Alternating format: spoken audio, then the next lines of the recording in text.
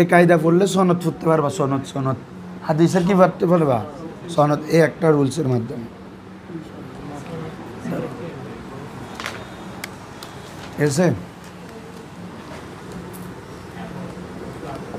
কায়দায়ে ইবনুন বিনতুন, ইবনু বিনতুনের কায়দা পাশে লিখি দাও। লিকিরাতিস সনদ, লিকিরাতিস সনদিল হাদিস। দেখো কায়দায় ইবনু বিনতুন, ইবনুন, শোনো বাবারা আগে কায়দা বুঝে ফেলো, ওরা চলে আসছে তোমরা বেশি সময় পাবে না।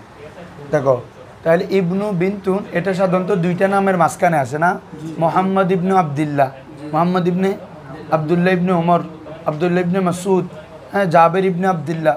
তার মানে কি বুঝতেছ যে ইবনুটা বিন্তু বা ইবনু এটা দুই নামের কি আছে রে মাঝখানে আসে। যেমন আমি লিখি ফাতিমাতু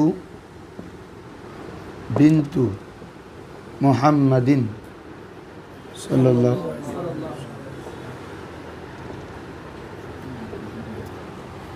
ফাতিমাতু বিন্তু মোহাম্মদ, ফাতেমা একটা নাম, মোহাম্মদ ইসলাম একটা নাম, মাঝখানে কি আসছে রে বিন্তু, মানে মোহাম্মদ ইসলামের মেয়ে ফাতেমা রাদিয়াল্লাহু তাআলা।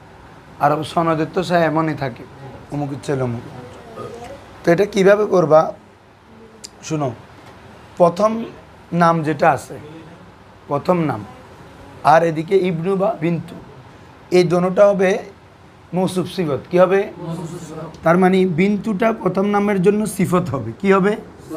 কারণ এটা তো মৌসুফ ধরবো আমরা, তাহলে বিন্তুটা প্রথম নামের এতেবারে কি হবে? সিফত হবে। আবার দ্বিতীয় নামের এতেবারে মুজাফ হবে। কি হবে? এটার এতেবারে। তাইলে দেখো বিন্তু এটা প্রথম নামের এতেবারে কি বলো, আবার দ্বিতীয় নামের এতেবারে, তাহলে লিখবে সিফত বেএতেবারিল আউয়াল, বেএতেবারিল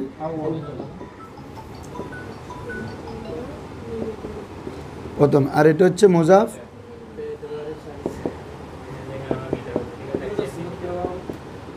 খেয়াল করো, এটাতে ডাইরেক্ট আমরা ওই মৌসুফ সিফাতের অর্থ খুঁজলে পাবা না, এটা দোষ গুণ বুঝান না, এটা তো একজন সন্তান বুঝাচ্ছে সবসময় গুলাম। দেখো ফাতিমাতু বিন্তু মুহাম্মদ ইসলাম, এটা এরাবগত, খেয়াল করো ফাতিমাতু বিন্তু আর দ্বিতীয় নামের জন্য কি বলছি মুজাফ, তাহলে এটা কি হবে বাবা?